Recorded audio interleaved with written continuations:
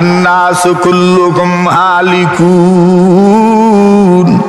ইল্লাল আলিমুন ওয়াল আলিমুনা কুল্লুকুম হালিকুন ইল্লাল আমিলুন ওয়াল আমিলুনা কুল্লুকুম হালিকুনা ইল্লাল মুখলিসুন ওয়াল মুখলিসুনা আলা খাতারিন আযীম। আল্লাহ নবী সাল্লাল্লাহু আলাইহি ওয়াসাল্লাম বলেন, একদিকে মানুষ সম্মানী, আবার আল্লাহ ঘোষণা দিয়েছেন ওয়ালাকাদ দারানা লিজাহান্নামা কাসীরাম মিনাল জিন্নি ওয়াল ইনস, আমি আল্লাহ মানব দানবের মধ্য থেকে অনেক সৃষ্টি করেছি জাহান্নামের জন্য। এইবার জাহান্নামে যদি কেউ যায়, এটা তার জন্য সম্মান নয়, তার জন্য অপমান। যে যাবে ওনার জন্য এটা অপমান কর, এটা ওনার জন্য অবমাননা কর, এটা ওনার জন্য লাঞ্ছনা করে একটা শাস্তি। এটার নাম ইজ্জত নয়, এটার নাম সম্মান নয়, এটার নাম মর্যাদা নয়। এই জন্য আল্লাহ বলেন সম্মান দিলাম একদিকে, মানব জাতি সম্মানী, কিন্তু এরা জাহান্নামেও যাবে। জাহান্নামে গেলে তো ইজ্জত থাকবে না। এইবার জাহান্নাম থেকে বাঁচতে গেলে আল্লাহ রাসূল সাল্লাল্লাহু আলাইহি ওয়াসাল্লাম বলেন, আন্নাসু কুল্লুকুম হালিকুন ইল্লাল আলিমুন, দুনিয়ার সমস্ত মানুষ ধ্বংসের মধ্যে পতিত, একমাত্র যারা আলেম তারা ধ্বংসের হাত থেকে রক্ষা পাবে। সুবহানাল্লাহ। কিসের হাত থেকে রক্ষা পাবে? ধ্বংস হওয়ার হাত থেকে রক্ষা পাবে, বেইজ্জতি থেকে রক্ষা পাবে, লাঞ্ছনার থেকে রক্ষা পাবে, অপমান হওয়ার থেকে রক্ষা পাবে যাদের ইলম আছে। কি আছে না তুই না আপনারা কিতে আছে? ইলিম আছে। এবার আল্লাহ রসুল বলছেন শুধু ইলিম থাকলেই রক্ষা পাবেন না, ইলিম থাকলেই রক্ষা পাবেন না। এই দুনিয়াতে অনেক মানুষেরই তো ইলিম আছে, কিন্তু তার ইলিম থেকে জাহান্নামের দিকে নিয়ে যাচ্ছে। সামান্য দুনিয়ার কিছু মোহে পড়ে, দুনিয়ার কিছু লাভ করার জন্য, দুনিয়ার কিছু উপার্জন করার জন্য তার ইলিমকে, আল্লাহর বান্দা যেই ইলিম অর্জন করেছিল ওই ইলিমকে বেপথে ব্যয় করছে, খারাপ পথে ব্যয় করছে।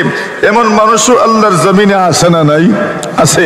ওরা কিন্তু আল্লাহর রহমত থেকে বঞ্চিত, এবং এরা সফল কাম নয়, দুনিয়াতেও সফল কাম নয়, পরকালেও সফল কাম নয়।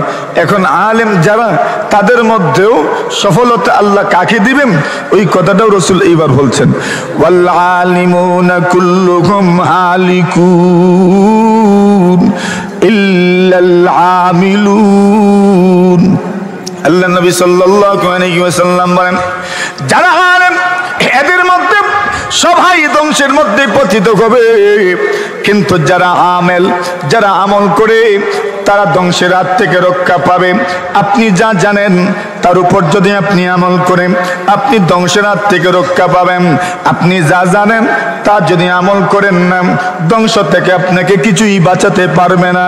আল্লাহ রাসূল সাল্লাল্লাহু আলাইহি ওয়াসাল্লাম বলেন, তুমি যা জানো তার উপর আমল করো। কিয়ামতের কঠিন ময়দানে আল্লাহ পরওয়ারদিগারে আলম মানুষকে যে প্রশ্নগুলো করবেন ওই ওয়াজ আপনাদের মুখস্থ আছে।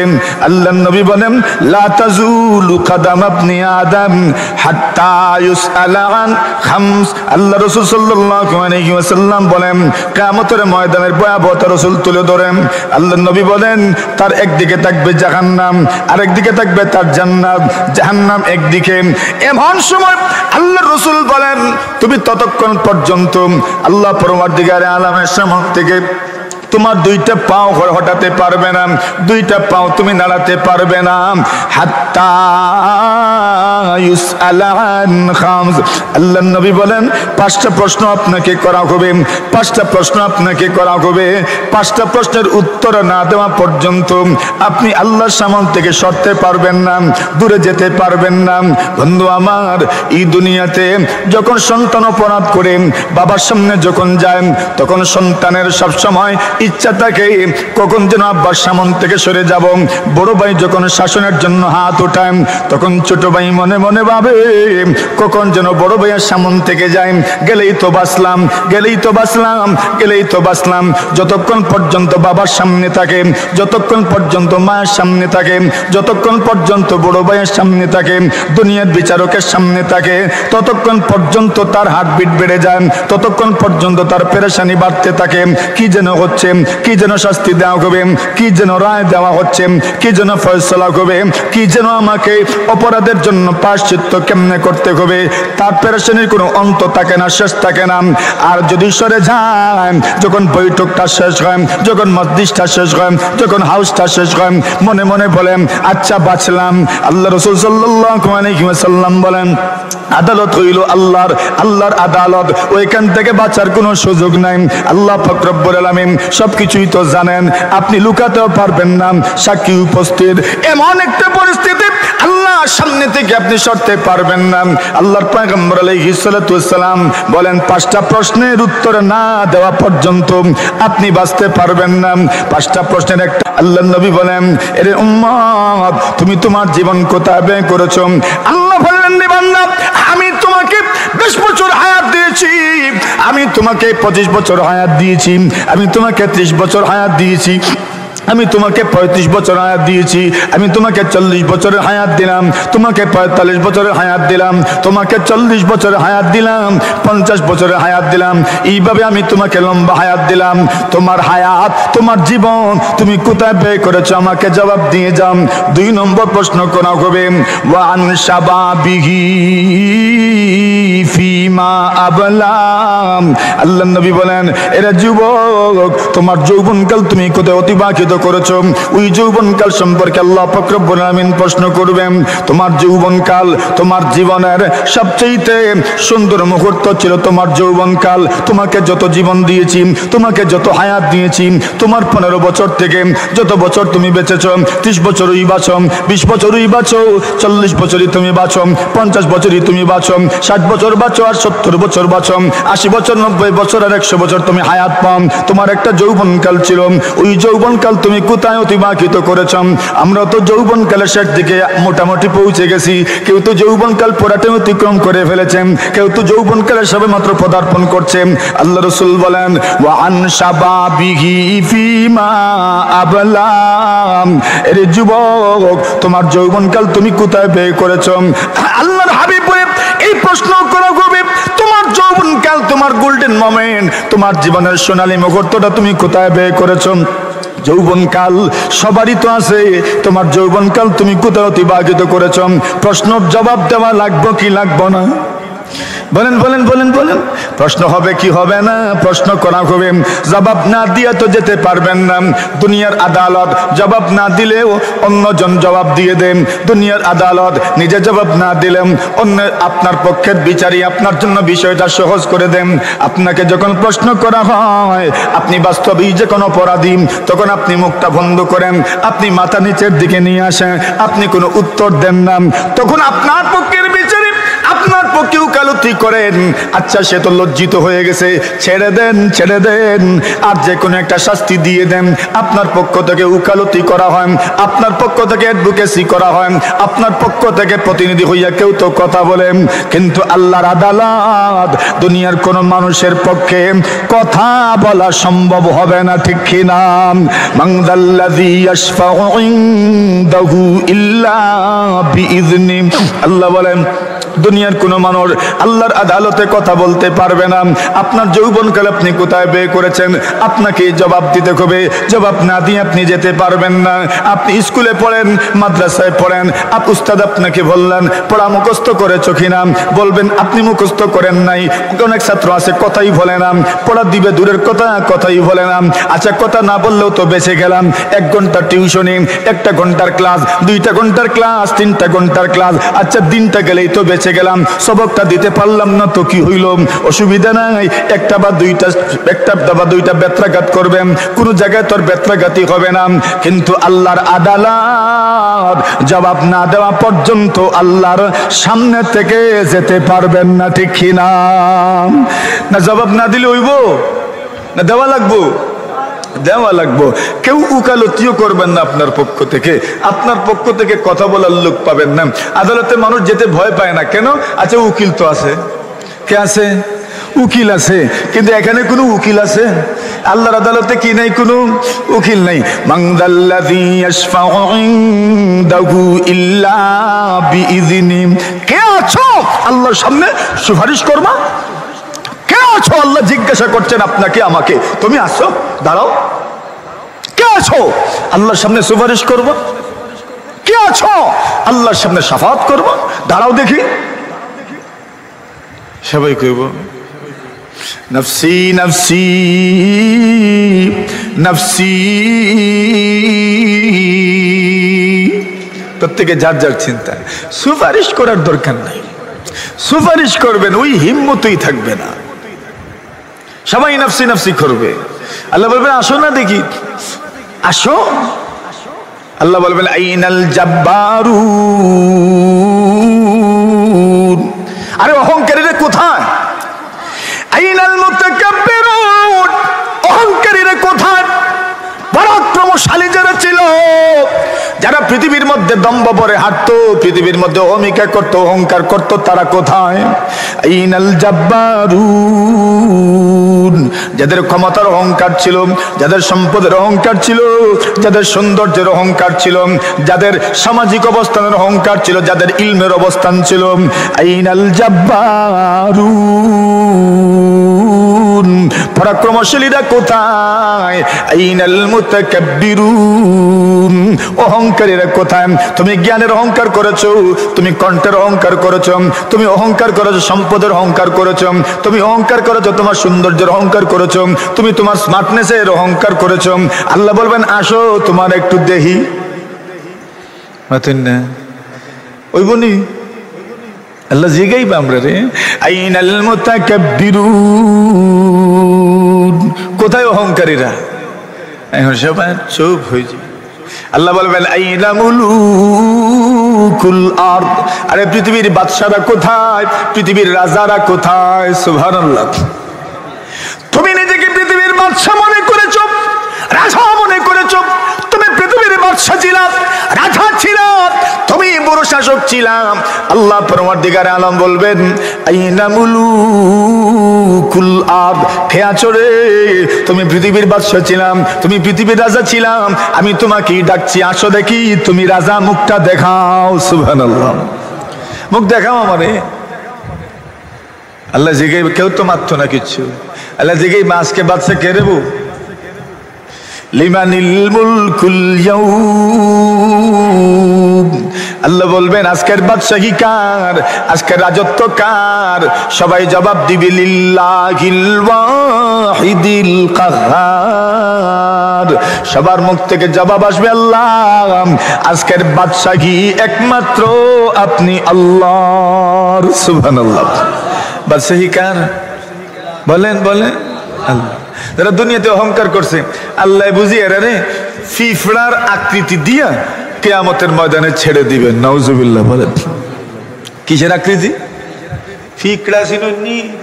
পিঁপড়া, পিঁপড়ার আকৃতি দিয়া আল্লাহ ছেড়ে দিবেন কিয়ামতের ময়দানে। হাঁটবেন। এখন ফিফড়া যে রাস্তা দিয়ে হাঁটে, মানুষে খেয়াল করেনি ফিফড়া আসেনি ফায়ার নিচে, কিচ্ছুই খেয়াল করে না, একবারে উড়িয়া ফাড়িয়া শেষ।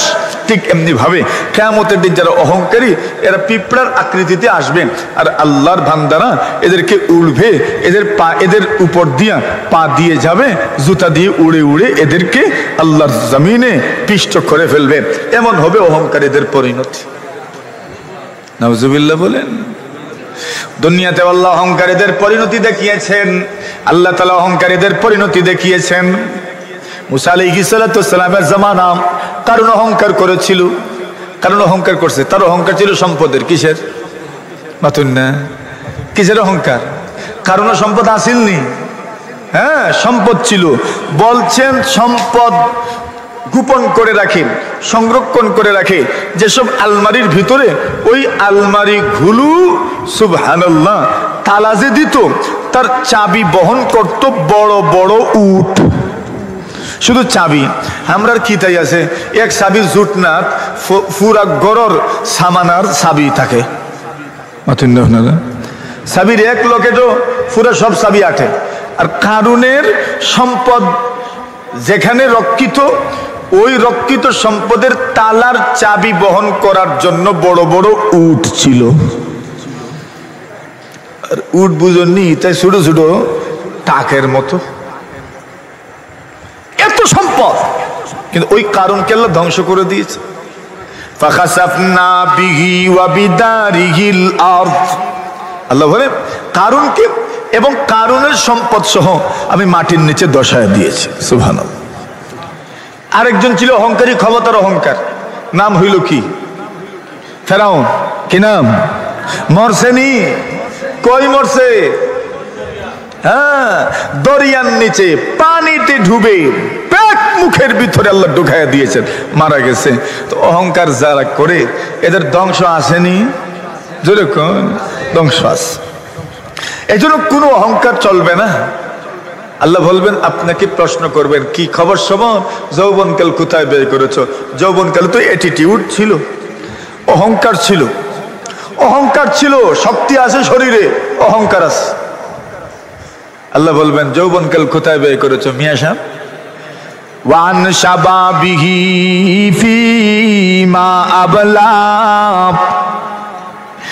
আপনাকে প্রশ্ন করা হবে, যুবক যৌবনকাল তুমি কোথায় ব্যয় করেছ? যৌবনকাল তুমি কোথায় ব্যয় করেছ? তোমার জীবনের সবচেয়ে সুন্দর মুহূর্তের নাম যৌবনকাল। যৌবনকাল এমন এক মেহমানের নাম, কখন যেন আসে কখন যেন চলে যায়, কেউ টের পায় না।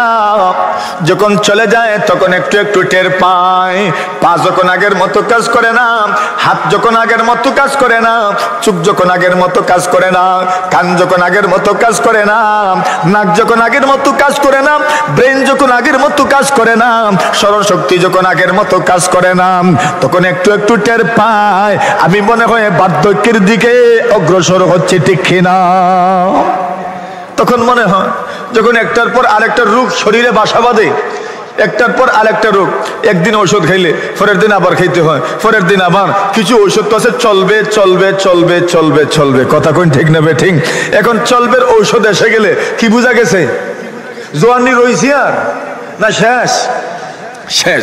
এখন একজন ডাক্তার দেখাইলে হয় না, এখন তো দুইজন তিনজন ডাক্তার দেখাইতে হয়, একদিনে দুইজন, একদিনে দুইজন, একটা রোগের পরে আর একটা রোগ, একটা রোগের পরে আর একটা রোগ, একটার ঔষধ খাইতে খাইতে না আর একটা ঔষধ খাওয়া লাগে।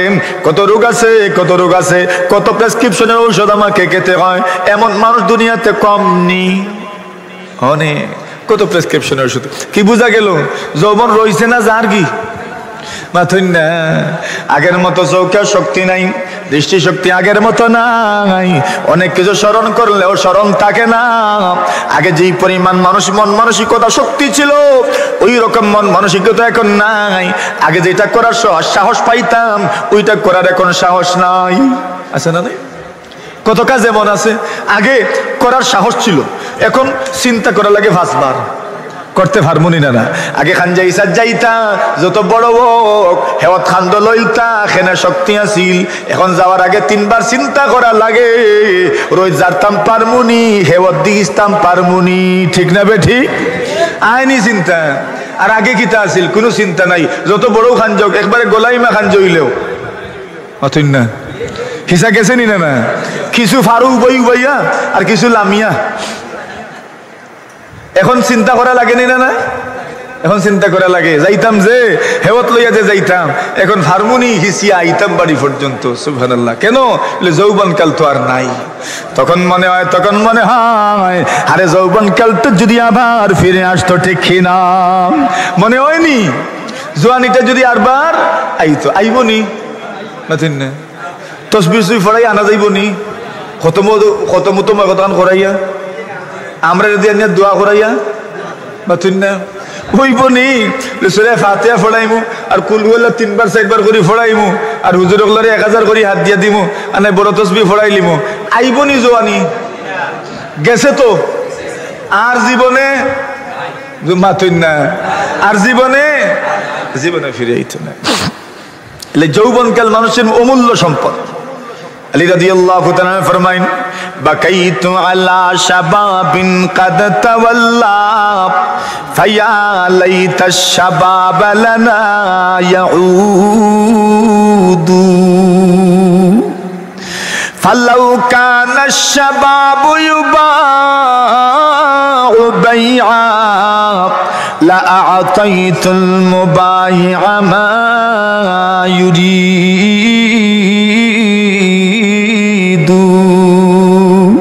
ওয়ালাকিন্না শাবাবা ইযা তাওয়াল্লা আলা শারাফিন ফামাতলাবুহু বাঈদু ফামান লাম ইয়াতরুক ওয়াকতান লিওয়াকতিন ওয়া ফাযা বিলাযযাতিন ফাহুয়া সাঈদু। আলী রাদিয়াল্লাহু তাআলা ফরমান বাকাইতু আলা শাবাবিন কাদ তাওয়াল্লা, আমি এমন যৌবনকালের জন্য কাঁদি যে যৌবনকাল আমার থেকে চলে গেছে। কত মানুষের যৌবনকাল চলে গেছে, আমার এখন মনে হয় আগের মতো শক্তি পাই না, আগের মতো হিম্মত পাই না, আগের মতো মন মানসিকতা স্ট্রং নয়। আগে যেই কাজ সহজে করতে পারতাম ওই কাজটা এখন করতে পারি না। আগে কঠিন কঠিন কাজও করেছি, এখন করতে পারি না। কেন পারি না? আরে আমার যৌবনকাল আস্তে আস্তে বিদায় হয়ে যাচ্ছে, ঠিক কিনা? বুঝেননি বুঝেননি বুঝেননি? এখন তো যৌবনের তাড়ায় বুঝিয়েন না কিচ্ছু। যৌবনকাল একবার যাইব নি, গেলে আর ফিরিয়ে আইব নি। কত রাত রাস্তাত উবাই উবাইয়া খাটাইছি ওয়াজর জীবনে, এখন আর হিম্মতে দেয় না। কেনে? যৌবনকাল যার কি। মশার খাবার খাইছি, গাড়ি নাই, গাড়ি নাই, যাতায়াতের ব্যবস্থা নাই, উবাই উবাইয়া ফজর হইতো অপেক্ষা, খালি দাঁড়াই অপেক্ষা।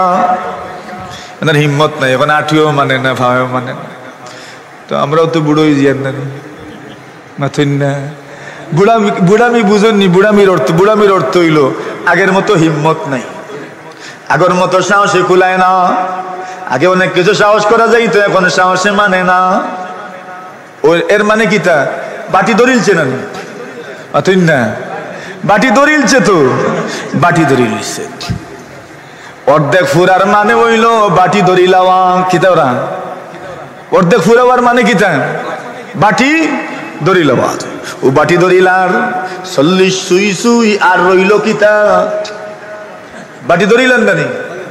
ও কইরা ও যৌবন কালার ফিরিয়ে আইব নি আগরিতা। বাকাইতু আলা শাবাবিন কাদ তাওয়াল্লা ফায়া লাইতা শাবাব লানা ইয়াউদু। আলী রাদিয়াল্লাহু তাআলা ফরমাইন, যদি যৌবন কালখান ফিরিয়ে আইতো, যদি যৌবন কালখান ফিরিয়ে আইতো, আইব নি আর? কইরা যদি যৌবন কাল খালি কেউ ব্যস্ত রে বা কিতা করতো?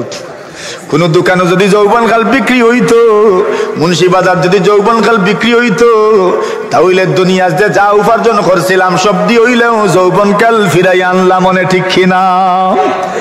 হলতা কিনার আগে কিতা কিনলাই না গিয়া যৌবনকাল, খালি অর্ডার দিলা না অনলাইনও, বলে আমার এখন যৌবনকাল ফিরাইয়া দিও, মাথুন না।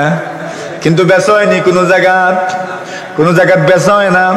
আল্লাহর বান্দা কইন ফালাউ কানা শাবাবু ইউবাউ বাইআ লা আ'তাইতুল মুবাইআ মা ইউরিদু। আল্লাহর বান্দা ফরমান, দুনিয়ার কোন বাজারে যদি যৌবনকাল বিক্রি হতো আর যৌবনকাল বিক্রেতাকে যত বিনিময় দেওয়া লাগতো, আল্লাহর বান্দা বলেন যত কি আর জায়গার মালিক আমি, সব কি আর বিক্রি করি হইলেও যৌবনকাল ফিরাই আনলাম, মনে ঠিক কিনা? কিন্তু কিনিয়াও মিলতো না। এখন কিলা আনতায় ব্যাংক ব্যালেন্স আছে মনে করেন 4-5 লাখ টাকা, কোনো মন্ত্রে যদি ওখান তা মিলতো বলে কিনিয়ে আনা দেব যৌবনকাল, তাহলে রিফিয়ারিং করাইলাম না বলে মাথুন না। কিন্তু আইব নি আর ফিরিয়া জীবনে।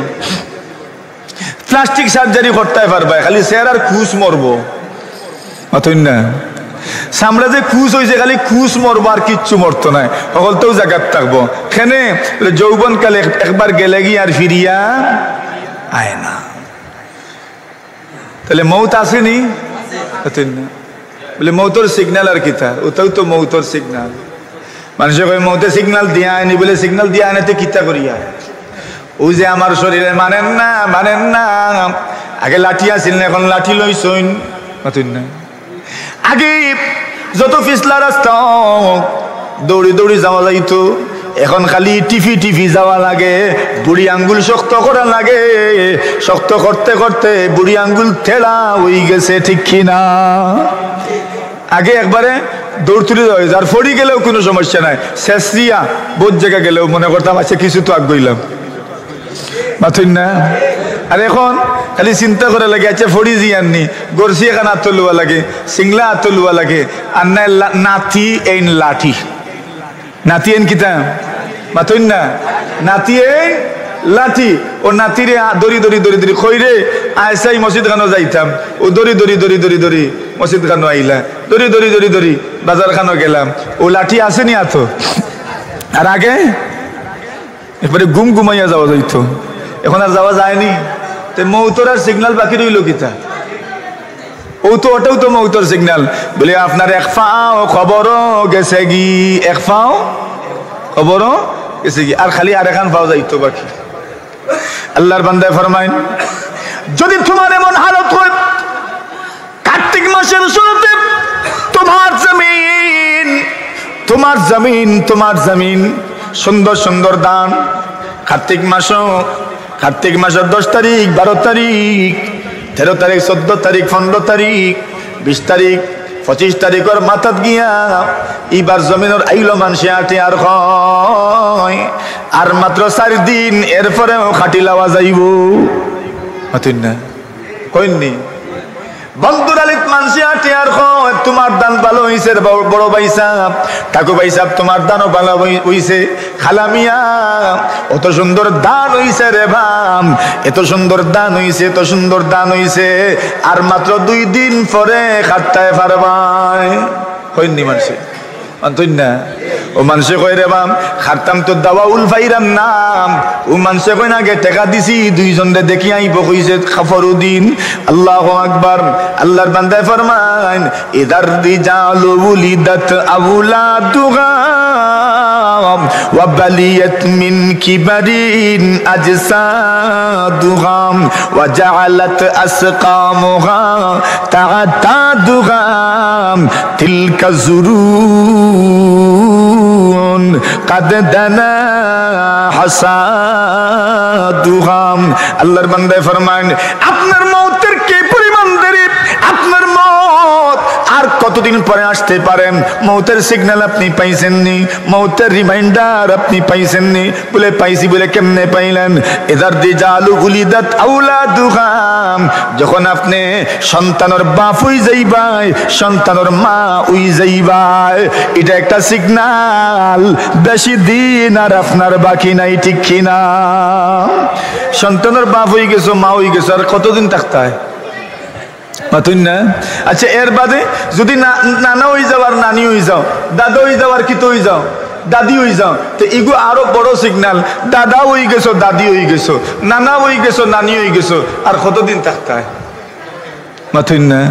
সিগন্যাল আসছে নানি ওয়া বালিয়াত মিন কিবারিন আজসাদুহা, বার্ধক্য জনিত কারণে এইবার শরীরও শক্তি নাই, গোশত শক্তি নাই, হাড্ডি তো শক্তি নাই, আরে আগর মতো কাম করে না, মুখে আগর মতো কাম করে না, টুঠেও আগর মতো কাম করে না, ঠিক না বে ঠিক?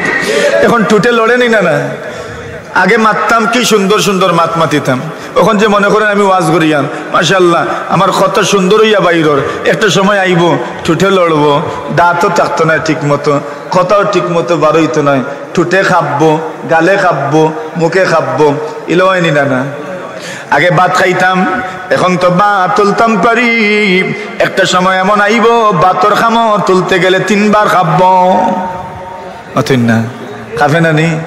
তো সিগন্যাল আর কিতা দিতে আল্লাহ? আতেও কাফের, ফাওয়েও কাফের, টুটেও কাফের। বিড়ি খাইতা আগে মাশাআল্লাহ ঠুট দোকান একবারে আটাইয়া টান দিতে পারতা, দুমাও মুখে হারাইতো। এখন আর দুমাও হারাইতে পারে না মুখে, কেন ফা হয়ে যায় টুটি, কেন কোন ভাই দুমা থাকতো।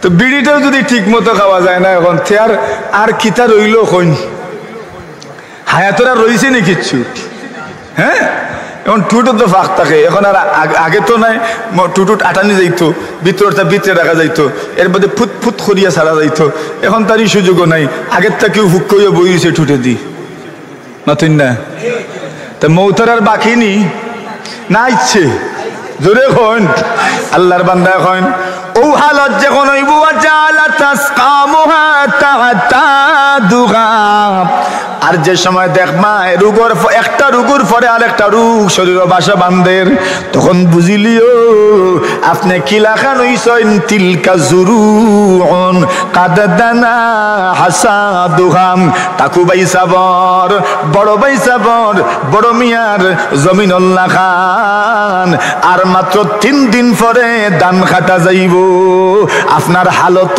ওলা খান হয়ে গেছে আর মাত্র কয়েকদিন পরে আজরাইলে জান লইয়া যাইবা ঠিক না বেঠি দেরি নি আর মাতুন না তো আচ্ছা কোন চাই এখন তাহলে এই যে হালত যৌবনকাল সম্পর্কে প্রশ্ন হবে 3 নম্বর ওয়াবান মালিহি ফিমা আনফি ফি মিন আইনা ইকতাসাবাহু ওয়া ফিমা আনফাকাম মানুষকে মাল সম্পর্কে প্রশ্ন করা হবে মাল কোন জায়গা থেকে অর্জন করেছো কোন জায়গায় ব্যয় করেছো 3 নম্বর প্রশ্ন তোমার মাল কোন জায়গা থেকে উপার্জন করেছো তোমার মাল কোন জায়গায় ব্যয় করেছো 4 নম্বর প্রশ্ন 5 নম্বর প্রশ্ন ওয়া আন ইলমিহি মাযা আমিলা বিমা আলিমা যা জেনেছো তার উপর আমল করেছো কিনা এই ব্যাপারে প্রশ্ন করা হবে সুবহানাল্লাহ যা জানছেন এই ব্যাপারে আমল করছেন কিনা রাসূলুল্লাহ সাল্লাল্লাহু আলাইহি ওয়াসাল্লাম বলেন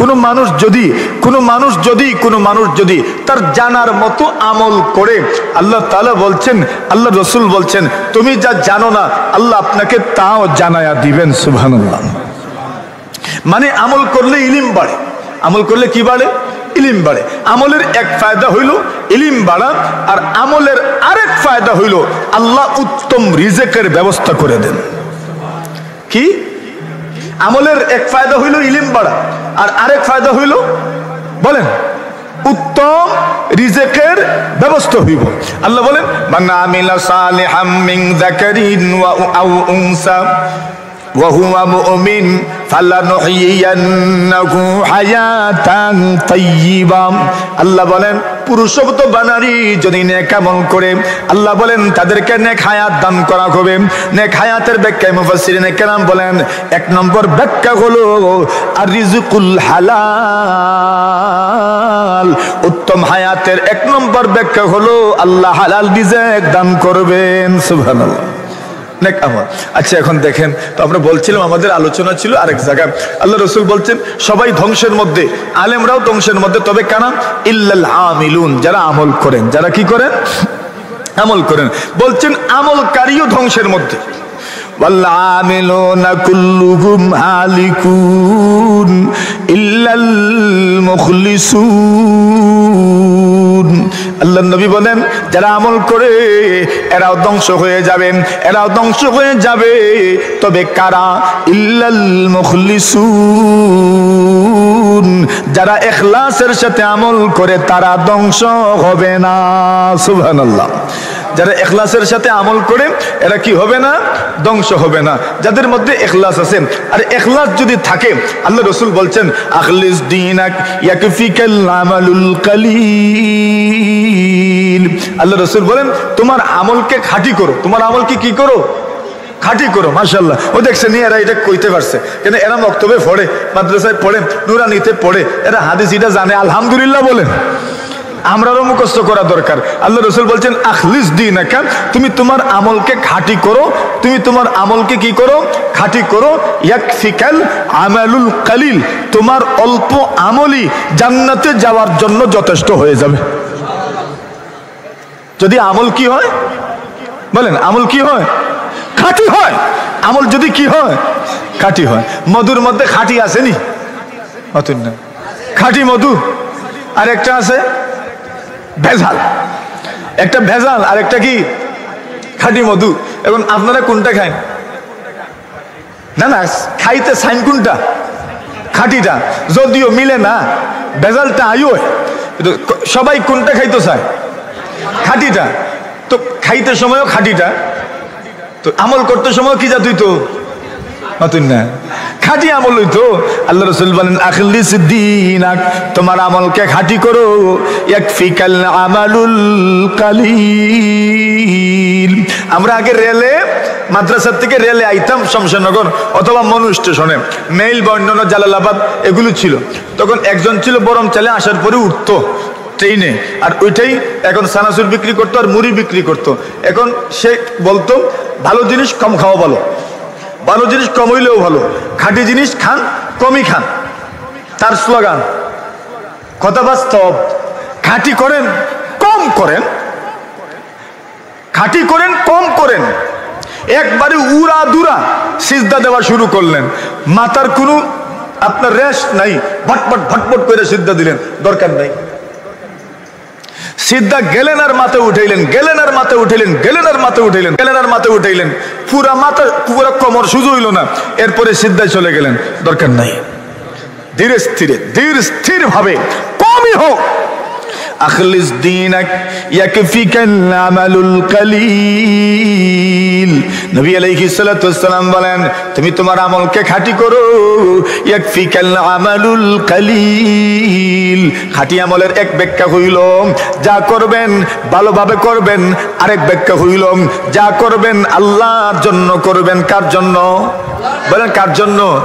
ইন্না সালাতি ওয়া নুসুকি ওয়া মাহইয়ায়া ওয়া মামাতি লিল্লাহি রাব্বিল আলামিন। ইব্রাহিম আলাইহিস সালাতু ওয়াসসালাম বলেন আয় আল্লাহ, ইন্না সালাতি আমার নামাজ, ওয়া নুসুকি আমার কুরবানি, আমার কুরবানি, আমার কুরবানি, আমার হজ, আমার উমরা, আমার নেক আমল, আমার সবকিছু, ওয়া মাহইয়া ওয়া মামাতি, আমার হায়াত, আমার মউত লিল্লাহি রাব্বিল আলামিন। আমার আমল, আমার নামাজ, আমার হজ, আমার উমরা, আমার যত আমল, আমার যত আমল সবকিছু আমার আল্লাহর জন্য। আপনার আমলকে আপনি খাঁটি করেন, আপনার আমলকে আপনি দৃঢ় করেন। আপনার আমল খাঁটি হবে যখন আপনার আমলের মাধ্যমে আপনি আপনার আল্লাহকে খুশি করতে চাইবেন।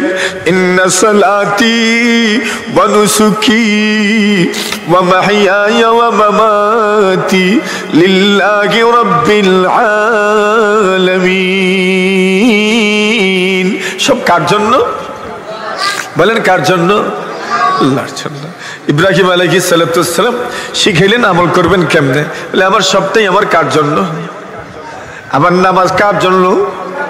আমি নামাজে আসবো, এ যুবক বন্ধু আমার, তুমি দুনিয়াতে পেরেশানি করো, তোমার ডিপ্রেশন আছে, তোমার টেনশন আছে, দুনিয়ার কত কিছুতেই যাও, তুমি গান শোনো টেনশন দূর করার জন্য, তুমি তোমার প্রেমিকার সঙ্গে কথা বলো টেনশন দূর করার জন্য, তোমাকে আমার রব ডাকে আসো আসো আসো। লা তাকনাতু মির রাহমাতিল্লাহ, তুমি আল্লাহর রহমত থেকে নিরাশ হইও না, তুমি আল্লাহর রহমত থেকে নিরাশ হইও না, তুমি আমার রহমত থেকে নিরাশ হইও না। তুমি আসো আমার সামনে, আসো আমার সামনে আসো, আমি তোমার জন্য আমার দরজা খুলে রেখেছি। সুবহানাল্লাহ। খুলানি দরজা মাতুন না, আল্লাহর ঘরের দরজা খুলানি, আল্লাহর কাছে যাওয়ার দরজা খুলানি, সবটাই তো খোলা। আল্লাহ বলেন তুমি আমার কাছে আসো, আমার রহমত থেকে তুমি নিরাশ হইও না। কিন্তু আমি নিরাশ হয়ে যাই। আল্লাহ বলছেন কেন নিরাশ হইব? আমি আছি তো, তোমার সবটা আমার জন্য, তো তোমার টেনশন কি? তোমার টেনশন নাই, আমি তোমার জন্য হয়ে যাব। সুবহানাল্লাহ। তোমার সব আমল আমার জন্য, আমি কার জন্য? তোমার জন্য। তোমার সব আমল যদি আমার জন্য হয়, আমি আল্লাহ তোমার জন্য হয়ে যাব। বুঝায়নি? আমল খাল লাগিত মাথন জোরে কোন খাল লাগিত। আমার পেরেশানি আছে, আমার টেনশন আছে, আমার ডিপ্রেশন আছে, আমার সবকিছু দূর করবেন কে? ক্ষমতা আল্লাহর আসেনি? মাথুন আসেনি? মানুষ চিন্তা করে কেমনে কি হইব। আরে আল্লাহ একজন আছেন তো, আমি আসি না। ইন্নাল্লাহা মা'ানা।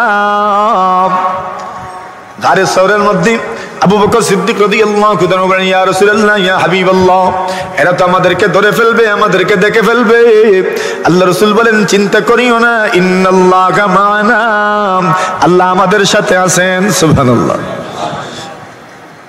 আল্লাহ আমাদের সাথে আছেন। নবীদের ভয় নাই, ওলিদের ভয় নাই, বুজুর্গদের ভয় নাই। কেন? কে আছেন? আল্লাহ আছেন। তাহলে আমার সব আমল কার জন্য? ওয়াল মুখলিসুনা আলা খাতারিন আযীম। আল্লাহ নবী সাল্লাল্লাহু আলাইহি ওয়াসাল্লামে ফরমায়, শুধু ইখলাস থাকলেই হবে না, শুধু ইখলাস থাকলেই হবে না, শুধু যদি তুমি আল্লাহর জন্যই করো হবে না, তুমি শুধু আশা যদি করো তবে হবে না, তোমার মধ্যে ভয়ও থাকতে হবে, ভয়ও থাকতে হবে। জানি না রে আমার আল্লাহ কবুল করবেন কিনা, সেই ভয়ও থাকতে হবে। আল্লাহ দুইজন পয়গম্বর ইব্রাহিম আর ইসমাইল আলাইহিস সালাম দুজন আল্লাহর ঘর বানাইলেন। একজন সভাপতি, আরেকজন সেক্রেটারি, একজন রাজমিস্ত্রি, আরেকজন যুগালি। দুজন যখন আল্লাহর ঘর বানাইলেন, দুজনে তো আমল করলেন, এদের ইখলাসের কোনো অভাব নাই, এরা যে আল্লাহর জন্য করেন কোনো সন্দেহ নাই। এরপরেও এরা চিন্তায় পড়ে গেলেন, কবুল হবে কিনা জানি না, কবুল হবে কিনা জানি না। এই জন্য ঘর বানানোর পরে প্রথম নম্বর দুআই করছেন, রব্বানা তাকাব্বাল মিন্না ইন্নাকা আনতাস সামিউল আলিম। হায় আল্লাহ, আমাদের আমল কবুল করো। মসজিদ নির্মাণ করেছি আপনার জন্যই তো করেছি, আমাদের ইখলাসের অভাব নাই। হায় আল্লাহ, শুধু আপনাকে সন্তুষ্ট করার জন্যই করেছি, কিন্তু আমরা যে আমলটা করলাম যদি আপনি কবুল করেন না তবে সব বৃথা, সব বৃথা। রব্বানা তাকাব্বাল মিন্না ইন্নাকা আনতাস সামিউল আলিম। আল্লাহ কবুল করেন, আল্লাহ কবুল করে নাও। জীবনে যত আমল করেছি আল্লাহ কবুল করে নাও, আমিন বলে। আল্লাহ যদি কবুল করেন না তো কি? কিছুই নাই। ইন্নাকা আনতাস সামিউল আলিম। হে আল্লাহ কবুল করো। কত আমল করেছি, যদি আপনি কবুল করেন না তো সব বৃথা। আল্লাহর রাসূল বলছেন, সফল কে? ওয়াল মুখলিসুনা আলা খাতারিন আযীম। যারা ইখলাসের সাথে আমল করে এদেরও টেনশনের শেষ নাই, এদেরও চিন্তার শেষ নাই, আল্লাহ কবুল করবেন কিনা, আল্লাহ কবুল করবেন কিনা, আল্লাহ কবুল করবেন কিনা। তো আমি কিভাবে এত সুখে থাকি, কিভাবে আমি এত হাসি খুশি থাকি, কিভাবে আমি এত নিরাপদ বোধ করি নিজেকে, কিভাবে আমি এত নিশ্চয়তার সাথে থাকি, অথচ আমার আল্লাহ প্রতিদিন আমার উপর 5 ওয়াক্ত নামাজ ফরজ করেছেন আর আমি সেখান থেকে নিজেকে সরায় নিচ্ছি। আমি কিভাবে নিশ্চিত থাকি? অথচ যারা সব আমল করে আল্লাহ রাসূল বলছেন তারাও টেনশনে থাকে। ওয়াল মুখলিসুনা আলা খাতারিন আযীম। এরা ভয়ে থাকে, কি জানি কবুল হবে কিনা, কি জানি কবুল হবে কিনা, কি জানি কবুল হবে কিনা।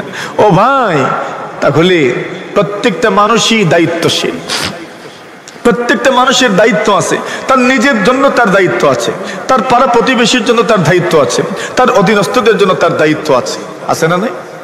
প্রত্যেকটা মানুষ যদি তার দায়িত্ব আদায় করে, স্বামী যদি স্ত্রীর প্রতি তার দায়িত্ব কর্তব্য আদায় করে, স্ত্রী যদি স্বামীর প্রতি তার দায়িত্ব কর্তব্য আদায় করে, বাবা সন্তানের প্রতি তার দায়িত্ব কর্তব্য আদায় করেন, সন্তান বাবার প্রতি তার দায়িত্ব কর্তব্য আদায় করেন, এভাবে যদি প্রত্যেক সেক্টরের মানুষ নিজের দায়িত্ব কর্তব্য ঠিক মতো আদায় করেন, আল্লাহ তাআলা বলছেন তার জন্য আমি আল্লাহ জান্নাতের দরজা খুলে দিব। হাদা মা তুআদুন লিকুল্লি আওয়াবিন হাফিজ। জান্নাত আল্লাহ কার জন্য ওয়াদা করেছেন? বলে যারা আওয়াব, যারা আগে নামাজ পড়তো না এখন নামাজ পড়ে, সুবহানাল্লাহ বলেন। যারা আগে নামাজ পড়তো না এখন নামাজ পড়ে, বলেন ইনশাআল্লাহ। যারা যেখানে আছেন আজ থেকে নামাজ ছাড়বো না, বলেন ইনশাআল্লাহ। বলেন বলেন, যারা যেখানে আছেন হাত তুলেন, বলেন ইনশাআল্লাহ। আল্লাহ আজ থেকে নামাজ ছাড়বো না, বলেন ইনশাআল্লাহ। তো যদি আল্লাহর দায়িত্ব আমাকে দিবেন, আমাকে মাফ করে দিবেন, আমার দায়িত্ব আছে আমার আল্লাহর সঙ্গে শিরিক না করা, ইবাদত করা, ইবাদত করা। তো বলছেন যেন আগে নামাজ পড়তো না, এখন পড়ে বলছেন তুমি জান্নাতের দিকে অগ্রসর হচ্ছ, অপেক্ষা করো, আল্লাহ তোমার জন্য জান্নাতের দরজা খুলে দিবেন। হাফিজ, 2 নম্বর গুণ, নিজের আমানতের সংরক্ষণ করা। অর্থাৎ আপনি বাবা, আপনার দায়িত্ব আদায় করা, আপনি সন্তান, আপনার দায়িত্ব আদায় করা, আপনি স্ত্রী, আপনার দায়িত্ব আদায় করা, আপনি স্বামী, আপনার দায়িত্ব আপনি আদায় করবেন, আপনি মালিক, আপনার দায়িত্ব আপনি আদায় করবেন, আপনি কর্মচারী, আপনার দায়িত্ব আপনি আদায় করবেন। প্রত্যেক মানুষ যদি আপনি সমাজের একজন হর্তাকর্তা, সমাজের একজন আপনি প্রতিষ্ঠিত মানুষ, মুরব্বী, আপনার দায়িত্ব আপনি আদায় করবেন। সমাজে আমরা যারা আছি, মনে করেন বয়স কম অথবা যে কোনো পর্যায়ে আছি, আমাদেরও দায়িত্ব আছে সমাজের শান্তি শৃঙ্খলার জন্য মুরব্বীদের কথা মেনে চলা, আমরা আমাদের দায়িত্ব আদায় করব। এইভাবে যদি প্রত্যেক সেক্টরের মানুষ যার যার দায়িত্ব আদায় করে, সমাজ তো সুন্দর হবেই, সাথে আল্লাহ বলছেন তোমার জন্য জান্নাতের দরজা খুলে দেওয়া হবে। সুবহানাল্লাহ। হাফিজ, মান খাশিয়ার রহমান বিল গায়ব, যারা আল্লাহকে ভয় করে, ওয়াজা আবি কলবি মুনিব, যাদের দিল ভালো, যাদের কি ভালো মাতুন না, আমরা দিল বালানি ফসা আছে, কিছু কিছু জঙ্গার আছে, মাতুন না, কোশানি লাগবো নি, খরাব গরো তৈতে তৈতে মাঝে মাঝে জঙ্গল লাগেনি, দাঁতও লাগেনি, কুরবানির সময় দাঁড়ানি লাগেনি, জঙ্গল ছুটানি লাগে, তো দাঁড়ানি লাগবো নি, দিল দাঁড়ানি লাগবো, তো দিল দাঁড়ানি কি দিয়া দাঁড়াইতা, জিকির কি দিয়া, কি দিয়া জিকির দিয়া, কি দিয়া, আর জিকির কি তার নাম লা ইলাহা ইল্লাল্লাহ, ওটা সর্বোত্তম জিকির, এটা সর্বোত্তম জিকির, লা ইলাহা ইল্লাল্লাহ সর্বোত্তম জিকির। জিকির করবো ইনশাআল্লাহ। 2 নম্বর কোরআন তিলাওয়াত, কি বলেন, কি তিলাওয়াত, আফজালুল জিকির তিলাওয়াতুল কোরআন, কোরআন তিলাওয়াত। আমাদের পরিবারকে বলবো কোরআন তিলাওয়াত করার জন্য, মাঝে মধ্যে শুনবো ইনশাআল্লাহ। হ্যাঁ, স্ত্রী, আমি পারলাম না তো স্ত্রীর জবান থেকে শুনবো। এইভাবে কোরআন তিলাওয়াত করা, সন্তানদেরকে কোরআন তিলাওয়াত শিখাবো, মাদ্রাসায় পাঠাবো, মক্তবে পাঠাবো ইনশাআল্লাহ। মক্তব আসেনি বন বিষ্ণুপুর, ইমাম সাহেব কই না, ইমাম সাহেব জিগাইতাম হইব, কতজন আয় ছাত্র ছাত্রী, কম না বেশি ইমাম সাহেব, ছাত্র ছাত্রী মক্তব কম আইন না বেশি আইন, বেশি, এটা তো এমনি কইবা বেশি আইন, ইমাম সাহেব কই, আচ্ছা ওদিকে একটা, এদিকে কতজন আইন ছাত্র, মোটামুটি 20-25 জন, ইনো বেশি, বেশির পরিমাণ জানা লাগবো, গড় হিসাব করলে বেশি নি না গড়ের তুলনায় কম, এর মানে কি সবাই নিজের সন্তানদেরকে মক্তবে পাঠাই না, আমরা ফরসি কই মক্তব নানি, মক্তব দিয়া শুরু নানি, আমরা সন্তান হল মূর্খ থাকতানি না, মক্তব ভর্তা কইন, বাড়ির এন্ডে কই দিবা বলে ঘুম থেকে তুলিয়া মক্তব ফাটানি লাগবো, টিউশনি তার দরকার নাই, মক্তব ঠিক থাকতো, এরপরে যদি এক্সট্রা টিউশনি পড়াইতেছেন পড়াই, মক্তব ঠিক থাকতো নি হয় ইনশাল্লাহ। আপনার টাকা হয়ে গেছে লাগি মক্তব ঠিক থাকতো না, বলে আপনি 500 টাকা দিয়ে পড়াইতে পারলা, যে পড়াইতে পারলা না এনকি তুই তো। আর এরা যুক্তি বাইর করছেন, ঘুম থেকে উঠেন 8টার সময় 9টার সময়, এমন যুক্তি বাইর করছেন, কইবা মক্তব পড়া উড়া হয় না, টিউশনি পড়াইলি মনে, আসলে মক্তব ঠিক হই পড়া হয়, তাই ঘুম থেকে উঠতে উঠতে ভারই না, মাথুন না, ও চিন্তা করলাম এক উচিলা ও টিউশনের দিকে নিয়ে গিয়ে আর দরকার নাই মক্তবর, মক্তব দরকার নেই, মোবাইলে খেলিছে, সন্তানদেরকে ভাত খাওয়াইতো মোবাইল, এরে কিছু খাওয়াইতে গেলে মোবাইল, সন্তানের হাত থেকে মোবাইল দূর করে, এই মোবাইলই সন্তানদেরকে নষ্ট করছে, মোবাইল থেকে নিজের সন্তানদেরকে দূরে সরান, যারা মোবাইল দেখবো এমন পিড়ানি পিড়াইবেন এদেরকে, মোবাইলের কারণে সন্তান নষ্ট, এজন্য মোবাইল থেকে সন্তানদেরকে দূরে সরানোর দরকার। আল্লাহ তৌফিক দান করুন। কথা আর বাড়াচ্ছি না।